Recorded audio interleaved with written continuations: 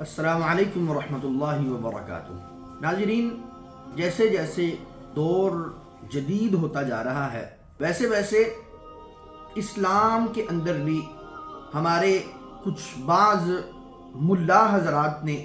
Additions کر دیے۔ دور جدید کے ساتھ ساتھ اسلام وہی 1446 سال پرانا چاہیے جو جناب محمد رسول اللہ صلی اللہ علیہ وسلم کو دے کر کے اس دنیا میں بھیجا گیا۔ آپ دیکھتے ہیں کہ ہمارے علماء نے وقت گزرنے کے ساتھ ساتھ لوگوں کو عبادت اور اللہ رب العالمین کی خوشنودی اور رضا کی طلب سے دور کرنا شروع کر دیا۔ حالانکہ العلماء ورثۃ الانبیاء، علماء انبیاء کے وارث ہیں، لیکن یہاں پر الٹ ہوا۔ نبی کے طریقے پر لانا تھا لیکن نبی کے طریقے سے ہٹانا شروع کر دیا گیا۔ کوئی سال میں 1 یا 2 عمل دے دیے گئے، جو شخص یہ عمل کر لے گا اسے ساری زندگی کے اس کے گناہ معاف کر دیے جائیں گے اور اس کو جنت میں داخل کر دیا جائے گا۔ جیسا کہ 15 شعبان کی رات ہے، شب براءت کے نام سے اس کو موسوم کر دیا گیا اور کہا گیا کہ جو اس رات کو عبادت کر لے گا اسے 40 سال کے روزے رکھنے کا ثواب ملے گا، اور رات کو جو قیام کر لے گا اسے 40 سال کی راتوں کا قیام کرنے کا ثواب ملے گا، اور جو صبح کو روزہ رکھ لے گا اس کو 40 سال کے روزے رکھنے کا ثواب ملے گا۔ ناظرین و سامعین، بات اتنی سی ہے کہ یہ دین اللہ کا اور اترا جناب محمد رسول اللہ صلی اللہ علیہ وسلم پر۔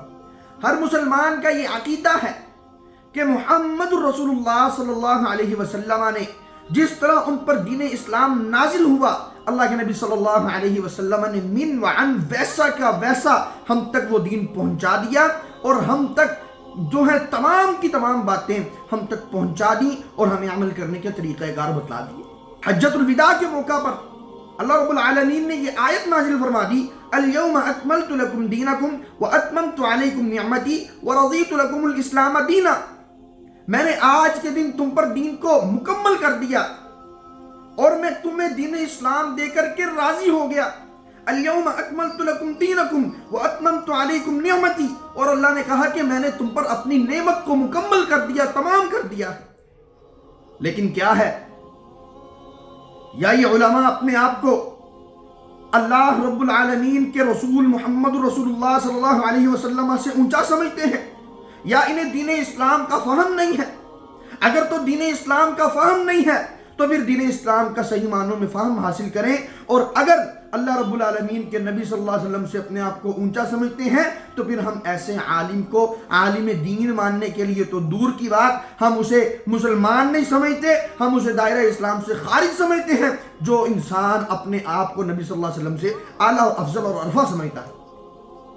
اس میں انڈائریکٹلی اپنے آپ کو اعلیٰ اور عرفہ کروایا جا رہا ہے، منوایا جا رہا ہے۔ جو اللہ کے نبی علیہ السلام نے نہیں بتلایا، جو اللہ کے قرآن میں نہیں آیا، جو نبی علیہ السلام کے فرامین میں نہیں آیا، وہ آج کے 1400 سال بعد آنے والے انسان کو کیسے پتہ لگ گیا اور اس کے ذہن میں کیسے بات آ گئی؟ اور سچی سی بات یہ ہے محترم بھائیوں، محترم بہنوں، سچی سی بات یہ ہے،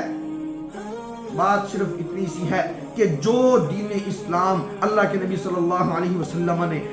ہمیں نہیں بتلایا، وہ جو چیزیں ہمیں نہیں بتلائی گئیں، وہ چیزیں اسلام کے ساتھ ان کا کوئی تعلق نہیں ہے، وہ اسلام کا حصہ نہیں ہے، وہ اسلام سے خارج ہے۔ اور اسلام سے خارج امور کے بارے میں اللہ کے نبی صلی اللہ علیہ وسلم ہر خطبے کے اندر یہ ارشاد فرمایا کرتے تھے، حمد و ثنا بیان کرتے، فرماتے اما بعد فإن خیر الحدیث کتاب اللہ وخیر الہدی ہدی محمد صلی اللہ علیہ وسلم وشر الامور محدثاتها وكل محدثة بدعة وكل بدعة ضلالة وكل ضلالة في النار۔ ہر خطبہ جمعہ میں اور ہر خطبے کے اندر اللہ کے نبی صلی اللہ علیہ وسلم فرماتے حمد و ثنا کے بعد، بے شک کتابوں میں سب سے بہترین کتاب یہ اللہ رب العالمین کا قرآن ہے۔ فإن خیر الحدیث کتاب اللہ وخیر الہدی ہدی محمد صلی اللہ علیہ وسلم۔ راستوں میں سب سے اچھا راستہ، سب سے بہتر راستہ، جنت کا راستہ محمد صلی اللہ علیہ وسلم کا راستہ ہے۔ جو اس راستے پر چل لے گا، جو اس کتاب پر عمل کر لے گا، وہ جنت میں چلا جائے گا۔ وشر الامور محدثاتها، اور معاملات میں امور میں سب سے برا کام سب سے برا عمل محدثاتھا دین کے اندر نئی نئی ایجادات ہیں وشر الامور محدثاتھا وکل محدثۃ بدعہ ہر دین کے اندر ہر نئی چیز بدعت حسنہ اور بدعت سیئہ نہیں دونوں چیزیں ہی اللہ کے نبی علیہ السلام نے فرمایا ہر نئی چیز دین کے اندر یہ جو ہے بدعت ہے وکل بدعۃ ضلالہ اور ہر بدعت گمراہی ہے وکل ضلالۃ فی النار اور ہر گمراہی انسان کو جہنم میں لے جانے والی محترم ناظرین بات اتنی سی ہے کہ اگر دیکھا جائے ہمارے گھر میں دودھ دینے والا گوالا ہمیں دودھ دینے آتا ہے اور ہمیں یہ بات معلوم ہو جائے کہ اس دودھ کے اندر پانی کی ملاوٹ کی گئی ہے اس دودھ کو خالص نہیں دیا جا رہا تو ہم کیا کریں گے ہمارا رویہ کیا ہوگا ہماری باتیں کیا ہوں گی ہم کہیں گے کہ اللہ کے بندے تجھے اللہ سے ڈرنا چاہیے تو جو ہے میرے بچوں کو مارنا چاہتا ہے ان کو زہر دینا چاہتا ہے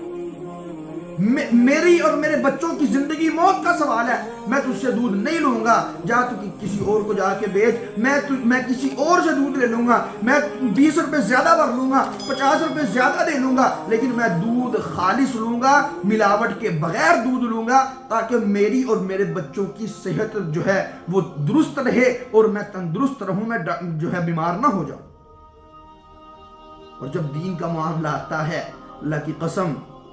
دل خون کے عنصر ہوتا ہے کہ ہماری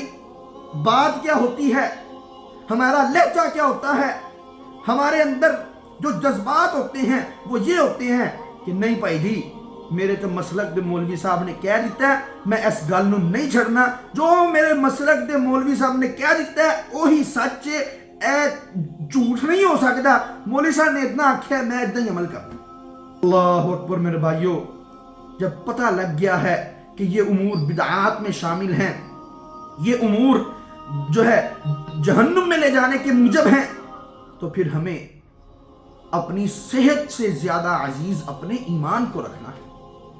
اپنے ایمان کو بچانا ہے اللہ کی قسم اگر صحت چلی بھی جائے تو اللہ دوبارہ دے دے گا جان چلی جائے جو ہے اللہ تعالیٰ جو ہے جان جانی ہی جانی ہے جان چلی جائے نہیں پرواہ ہونی چاہیے لیکن ایمان کی سلامتی اور ایمان اگر چھن جائے تو انسان کو پرواہ ہونی چاہیے اگر ایمان چھن گیا تو اس کی آخرت برباد دنیا برباد سب کچھ اس کے لیے ناکارہ اور ناکام ہوگا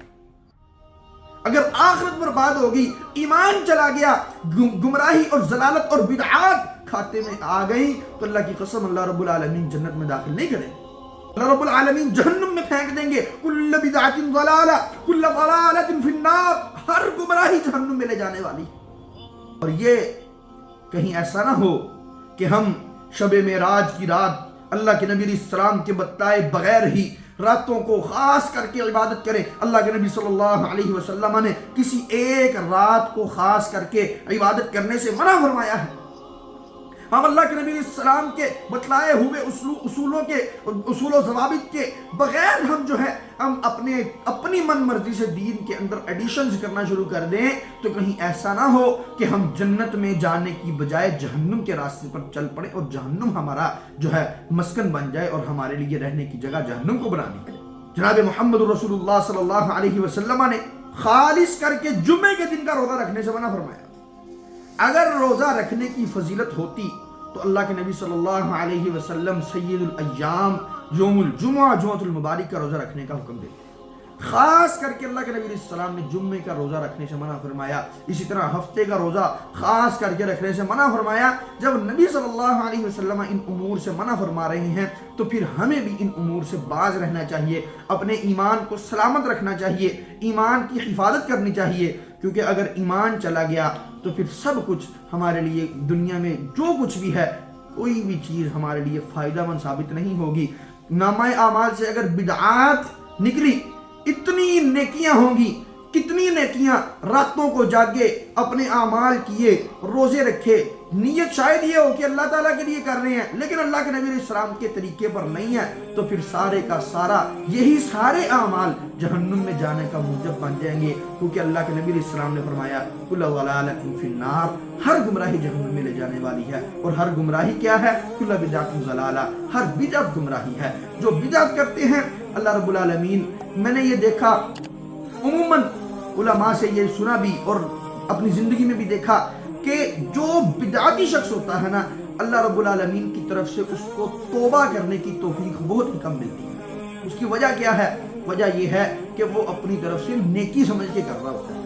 اور وہ یہ سمجھ رہا ہوتا ہے میں نیکی کا کام کر رہا ہوں، میں اللہ کی خوشنودی حاصل کر رہا ہوں۔ مشرک کو توبہ کرنے کی توفیق مل جاتی ہے، عیسائی یہودی مجوسی جو ہے دین اسلام کی طرف آ جاتے ہیں، راہ راست پر چل پڑتے ہیں، لیکن بدعتی 100 میں سے 99.99% جو ہے یہ جو ہے نا اپنی توبہ کی طرف نہیں آتے، اللہ رب العالمین کی طرف سے ان کو توفیق ہی نہیں ملتی۔ لیکن اللہ جسے چاہے ہدایت دے دے۔ اللہ رب العالمین سے دعا ہے کہ اللہ تعالی ہمیں ان بدعات سے بچنے کی توفیق عطا فرمائے، اور جس طرح اللہ کے نبی صلی اللہ علیہ وسلم نے دین اسلام ہم تک پہنچایا، ہمیں اسی طرح اس پر عمل کرنے کی توفیق عطا فرمائے۔ اقول قولی ھذا استغفر اللہ لی ولکم ولسائر المسلمین وآخر دعوانا ان الحمد للہ رب العالمین۔